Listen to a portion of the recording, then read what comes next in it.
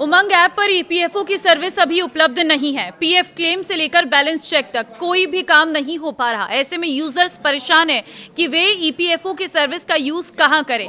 यहां पूरी डिटेल आपको दे रही हूं, ध्यान से सुनिएगा। नमस्कार, मैं हूं आपके साथ ममता तिवारी और आप देख रहे हैं न्यूज 18 का डिजिटल प्लेटफॉर्म। कर्मचारी भविष्य निधि संगठन ईपीएफओ का पोर्टल 26 जून 2026 को ये हवाला देते हुए बंद किया गया था कि ईपीएफओ सर्विस को फास्ट और सुविधाजनक बनाने के लिए पोर्टल को अपग्रेड किया जा रहा और जल्द ही इसे शुरू कर दिया जाएगा। हालांकि 7 दिनों के बाद भी पोर्टल को चालू भी कर दिया गया, लेकिन अभी तक ईपीएफओ की सर्विसेज नहीं चल पा रही हैं। अधिकतर लोगों को क्लेम से लेकर एक्टिवेशन तक की समस्याएं आ रही हैं। बहुत से लोग ऐसे भी हैं जो लॉगिन नहीं कर पा रहे हैं। दरअसल 3 जुलाई को ईपीएफओ के पोर्टल को फिर से बहाल किया गया था और कुछ बदलाव किया गया। सर्विस को बहाल करने के साथ ही ईपीएफओ की ओर से जानकारी दी गई थी कि सर्विस डिस्ट्रीब्यूशन और मेंबर एक्सपीरियंस को बेहतर बनाने के लिए महत्वपूर्ण डेटाबेस और सॉफ्टवेयर अपग्रेड को सफलतापूर्वक पूरा कर लिया गया है। वहीं यूएएन एक्टिवेशन संबंधी और यूएएन जनरेट करने संबंधी चीजों को वेबसाइट से हटाकर उमंग ऐप के द्वारा करने की बात कही गई थी, लेकिन आज 26वां दिन है और अभी तक उमंग ऐप पर ईपीएफओ सर्विस को जारी नहीं किया गया है। यूजर्स अपने ऐप में लॉगिन तक नहीं कर पा रही हैं। उमंग ऐप पर ईपीएफओ की सर्विस खुलते ही एक पॉपअप मैसेज दिखाई दे रहा है जिसमें लिखा है कि वेबसाइट मेंटेनेंस का काम जारी है, जल्दी इसकी सर्विस बहाल की जाएगी। आपको हुई असुविधा के लिए हमें दुख है। दूसरी ओर पोर्टल पर जानकारी दी गई है कि मेजर डेटाबेस और सॉफ्टवेयर अपग्रेड का काम पूरा हो चुका है। सदस्यों और नियोक्ता सर्विस अब लाइव हो चुके हैं और अब सभी सुविधाएं उपयोग के लिए उपलब्ध हैं। वहीं क्लेम को शेड्यूल किया गया है। इसके प्रोसेस के वेरीफाई होने में 2 हफ्ते का समय लग सकता है। हालांकि कई यूजर्स का यह भी कहना है कि लंबे समय से क्लेम किया गया है, लेकिन अभी तक अकाउंट में पैसा क्रेडिट होने की कोई जानकारी नहीं मिली है। हालांकि ईपीएफओ पोर्टल पर मेंबर पासबुक जांच, पीएफ क्लेम सर्विसेज हिस्ट्री और अन्य जानकारियां दिखाई दे रही थी। सिर्फ उमंग ऐप के जरिए ही कोई काम नहीं हो पा रही हैं। इसके अलावा कई यूजर्स ने सोशल मीडिया प्लेटफॉर्म पर यह दावा किया है कि 15 से 20 दिन के बाद भी उनके क्लेम को प्रोसेस नहीं किया गया है, जबकि ईपीएफओ का कहना है कि क्लेम प्रोसेस करने में थोड़ा वक्त लग सकता है, लेकिन जल्द ही इसे जारी कर दिया जाएगा।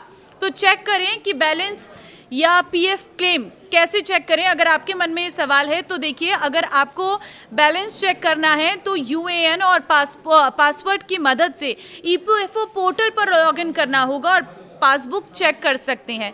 साथ ही क्लेम भी यहीं से किया जा सकता है, क्योंकि अभी उमंग ऐप पर मेंटेनेंस का काम जारी है। इसके अलावा एसएमएस और मिस कॉल के जरिए भी आप पीएफ का बैलेंस चेक कर सकते हैं। ईपीएफ एक सरकारी बचत योजना है जिसका उद्देश्य नौकरी पेशा कर्मचारी को रिटायरमेंट के बाद आर्थिक सुरक्षा देना है। इस योजना में कर्मचारी और नियोक्ता दोनों कर्मचारी के मूल वेतन और महंगाई भत्ते का 12% ईपीएफ खाते में जमा करते हैं। ईपीएफ 2026 के ढांचे के अनुसार ये योगदान दोनों पक्षों के लिए 1800 रुपये तक सीमित है। हालांकि कर्मचारी और नियोक्ता चाहें तो स्वैच्छिक रूप से इसे अधिक योगदान भी कर सकते हैं। पीएफ बैलेंस चेक करने का सबसे आसान तरीका मिस कॉल है। इसके लिए आपको अपने रजिस्टर्ड मोबाइल नंबर से एक टोल फ्री नंबर पर कॉल करना होगा। नंबर नोट कर लीजिए, 9966044425। इस नंबर पर कॉल करते ही 2 रिंग के बाद फोन अपने आप कट हो जाएगा। फिर कुछ ही सेकंड में आप अपने फोन पर एक एसएमएस देखिएगा जिसमें आपके पीएफ अकाउंट की पूरी डिटेल यानी बैलेंस, लास्ट कंट्रीब्यूशन और नाम लिखा होगा। हालांकि इसके लिए आपका यूएएन एक्टिव होना चाहिए और मोबाइल नंबर ईपीएफओ में रजिस्टर्ड होना चाहिए।